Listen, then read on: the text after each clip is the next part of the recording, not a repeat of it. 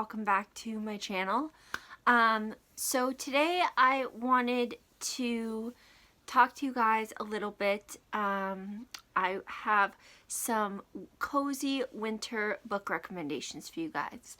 I just kind of want to give you guys a very brief little kind of update on things, and then we will get into the book recommendations. So if you would like to see more lovely book recommendations and you want to see more sort of wintry themed videos, or you would like to see what I'm going to be doing for Bookmas this year, please hit that subscribe button, hit that bell notification icon, and hopefully we will that way you'll be notified every time I upload a new video. I am a 28-year-old autistic girl, and I make videos about books and being autistic here on this channel, so that you know what I do. So I guess without further ado, let's just get into it. So first off, the life update. As you can see, we finally got the fairy lights up on our shelves. I adore them. I think they look so magical and so beautiful, and I am just so excited to finally have them. We are obviously, we did quite a bit of work getting them up. They will obviously have to come off eventually when we move, but they are up for right now, and I am absolutely loving them. They're definitely inspiring me to read more, and that it draws attention to it, so attention to the bookshelves. They're sort of the main focus of the room, which I love. A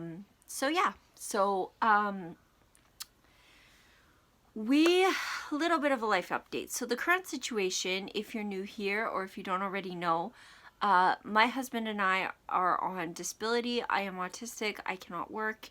He has his own disabilities, and disability is our main source of income. We currently live with my parents. My mom owns my parents, my mom and my stepdad. My mom owns a duplex in the small little city nearby. It's literally like 20 minutes away from where we live now. So she owns a duplex there that she rents out to people, and that house is going to be willed to me eventually when she passes away. They have me and my two stepbrothers, and they have 3 properties, so that just kind of works out. But basically, at some point in 2022, this house is going to be going to my brother and his wife and their son, and we, the 4 of us, are going to be moving out of the house and into the duplex. We are going to, before we do that though, we're going to remodel the entire thing. We're remodeling the entire house, both sides, and obviously they will get to remodel the way that they want, and we get to remodel the way that we want. And what we've done is I have put my husband in charge of specific rooms. So his office, which will be down in the basement, that will be the basement room, will be his office. Then we will also and so he's in charge of that. He's in charge of the downstairs bathroom, and he is also in charge, which is just going to be a half bath, and he is also in charge of the bedroom that our bedroom. For myself, I am and the kitchen. He's also in charge of the kitchen as well. I myself am in charge of the living room, which is going to be very bookish. It's going to look a lot like this, actually.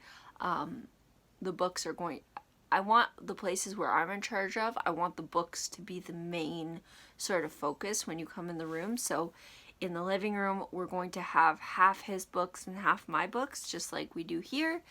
And then in upstairs, what would be the spare bedroom is going to be turned into a men's library slash study for him. So it's going to be lovely. And again, it'll be all his books in there. And the books will be the main focus of the room. There's also a small landing, which we are going to convert into a very cozy reading nook for me, which again, all my books will be there as well. And again, obviously it's a reading nook, so the books are going to be the main focus.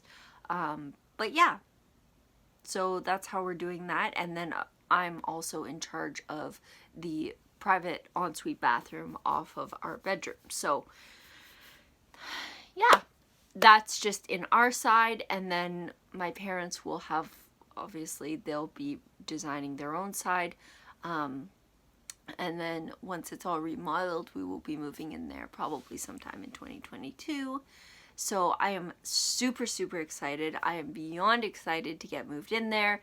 It's going to be so great. We're going to have a nice, it's got a nice size yard. So the pups are going to have lots of room to play, and we'll be living kind of in the city. So it'll be doing public access work and doing public access training work and desensitization work and all of the things that you have to do when you're training your own service dog. Those things are going to be a lot easier for us because we will have closer access to a lot of those triggers, things like cars, people walking by. Those things will be things that we have to work to desensitize them to. They do get that here, but not to the same extent as they will there. So it's very, very important. It's very exciting for us to be able to be there and live there and to be able to do that. And to be able to own our own home. That's something that a lot of people on disability never get to do. And I am beyond excited that we are going to get to do that. And I am beyond grateful for everything and every opportunity. And I'm beyond grateful for you guys because I love talking to you guys about this stuff and about being autistic and about my love of fantasy books. So, okay, so that's it for the life update portion of this video. I'm getting a little bit of a tension headache. It's okay. It's fine. I get chronic tension headaches. That's something that I've dealt with for a very long time, so it's nothing new. I just have to, yeah, I have natural pain relievers. I use, for pressure headaches, I use Tiger Balm. I also have a cool and heat wrap that I put on my neck because that's where my headaches stem from, is tension in my neck. So I use that. I often will get my husband to give me a neck massage, and I also, just a minute, I just got this here, and oh goodness, sorry about this, guys. It's just my phone is being a bit of a pain. There we go. There. Good. Yeah, so Tiger Balm, the heat and cool wrap, and I also, I will take Advil if I absolutely need to. Advil or Tylenol. I drink a lot of water, and I just try to relax, I guess, as much as I can. So yeah. And reading obviously helps with that. So, because stress is a big trigger for my headaches. So, okay, moving right along. That was weird. The lighting did that. That was strange. Anyways, moving right along. So I have a few books to recommend to you guys for cozy winter reads. So the first book I want to recommend to you guys for the winter is Silver Wing by Kenneth. I adore this story. It is about a young silver-winged bat who is basically, he is migrating with his colony across this like very long migration for the winter. He is going south to this place called Hibernaculum, which is where they go, and he gets swept away from his colony during a storm, and it's about how he tries to find his way back to them. And it is a gorgeous story. I absolutely adore it. The characters are so well done, and quite a lot of it does take place in kind of a wintry setting. So I think it is perfect for winter. I also think it's perfect for fall because bats and Halloween, but it's also definitely perfect for winter. I absolutely adore this book, and I highly, highly, highly recommend it for any age, whether you're a person who likes to read middle grade or young adult or adult. It doesn't matter what age you are or what you like to read. Read this book. I promise you, you will not regret it. Okay, the next book that reminds me of winter. Winter is a time of dreaming. It is a time of beauty and dreams and getting cozy and just kind of letting your mind drift and let it daydreaming and Christmas and all these magical things. Winter is a very magical time. And so, with that being said, I had to recommend Peter and the Starcatchers by Barry Pearson. This is an incredible Peter Pan retelling. I absolutely adore it. I cannot believe, so Dave Barry and Ridley Pearson, and it is just, it's sponsored, it's got Disney, it's a Disney retelling, but oh my goodness, I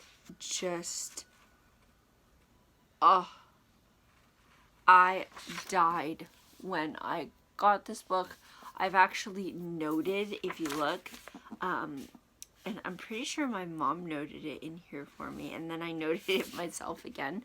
I've actually noted it twice in the front cover, my favorite chapter in the whole book. This is just such a beautiful story, and it's so full of magic and fairy tales-esque, and just, it's a perfect wintry escape, especially if you're stuck inside.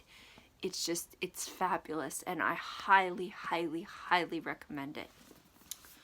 Okay, the next book that I feel reminds me of winter is none other than A Darker Shade of Magic by V.E. Schwab. This is a beautifully written book. This book is about this young guy named Kel, who is an Antari. He is a blood magician, and he lives in this world where there are these 4 parallel worlds, and each parallel world has its own version of London.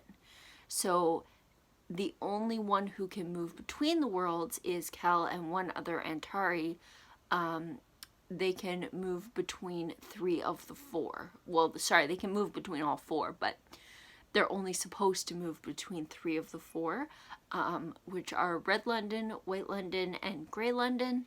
And then there's also Black London, where basically no one knows what's going on in Black London because everything's pretty much just been eaten up by magic and destroyed. It's basically been consumed by magic. And it's such a wonderful story. It has pirates, and I mean, who doesn't love pirates? I love pirates. It's got pirates, it's got magic, it's got the kind of romance that I like, where it's like a friendship, but it's not quite a romance. It's like it's just starting as a romance. Like it's just budding, and that's just such a beautiful thing, especially in a book where the main characters are adults. That's such a beautiful thing to see. I absolutely adore that, where the main characters are adults and they are, or at least late teens. No, they're adults. They're young adults. And to have a budding romance where the characters are not like preteens, that's just such a beautiful thing. It's also just woven so beautifully into the larger story and into the whole context and just everything. It's a very, very plot-driven book. It has a lot of plot going on. There's a lot of things happening, but also the characters are just so well developed. And one of the Londons, White London, is basically, it's basically caught in eternal winter, and it's such a gorgeous, gorgeous book. And White London really does remind me a lot of winter, and I just really love it, and I think that it is a perfect book to cozy up with in the wintertime. Okay, last but not least, the last book I have to recommend to you guys is The Golden Compass by Philip Pullman. This book changed my life. I read this book multiple times. I love it. I adore it so much. I read it very soon after I finished the Lord of the Rings trilogy for the first time and the Silverwing series. I was looking for something else, and oh my god, did I find it here. There are armored bears, like armored polar bears. There is magic. There is flying airships. There is gypsies. There is sailors. There is, oh my god, there is cowboys. There is demons, which are not demons in the typical sense. Demons are these animal companions that are basically, they are your soul. They're your soul in animal form, and they walk outside of your body, and they walk alongside you, and they are your constant companion for life, and they are your imagination, your creativity, your, like, everything that little voice in your head, that is your demon. And they are in an animal form. When you're a child, they switch forms a lot, but when you get to be an adult, they will settle into one form of animal, and that is kind of like your personality. And it's just such an intriguing and wonderful idea. I absolutely adore it. And it's beautiful. And this story is about this young girl who is trying to save these children who are being taken, and basically what's happening is that they are being taken away by this organization to have their demons cut away from them. And that is just such a horrible, horrible thing. For someone to even touch your demon in this world is like just the worst assault in that you could ever endure or experience. And it's just such a beautifully written book, and it's very the prose, the wording is very it is kind of flowery, but it's really, really beautiful. And I really like the word choice. It is flowery, but it's not overly flowery. Like, she doesn't use a lot of big words that are very, like, out of context, or that make the flow of the wording feel choppy, or not, just kind of jarring, I guess. It flows very nicely, and the pacing is good, and it's a really, really good book. Some people might find it a bit slow. I know I did the first time I read it. The first time I read this book, I actually DNF'd it. And then I returned to it about a year later, and I read through, and oh my god, did I fall in love with this book. That was the right time for me to read it. This book is very kind of timing sensitive. If it's not the right time for you, you may not enjoy it as much as you could. But oh my gosh, this book is just, it's something incredibly special. This story has just so much to offer. and I can't say enough good things about it. So okay, that is it for my cozy winter book recommendations. I hope you enjoyed. Please let me know down in the comments if you like my new fairy lights, my new Christmassy kind of lights that are up. I absolutely love them, and I will see you guys all next time. Alright guys, bye!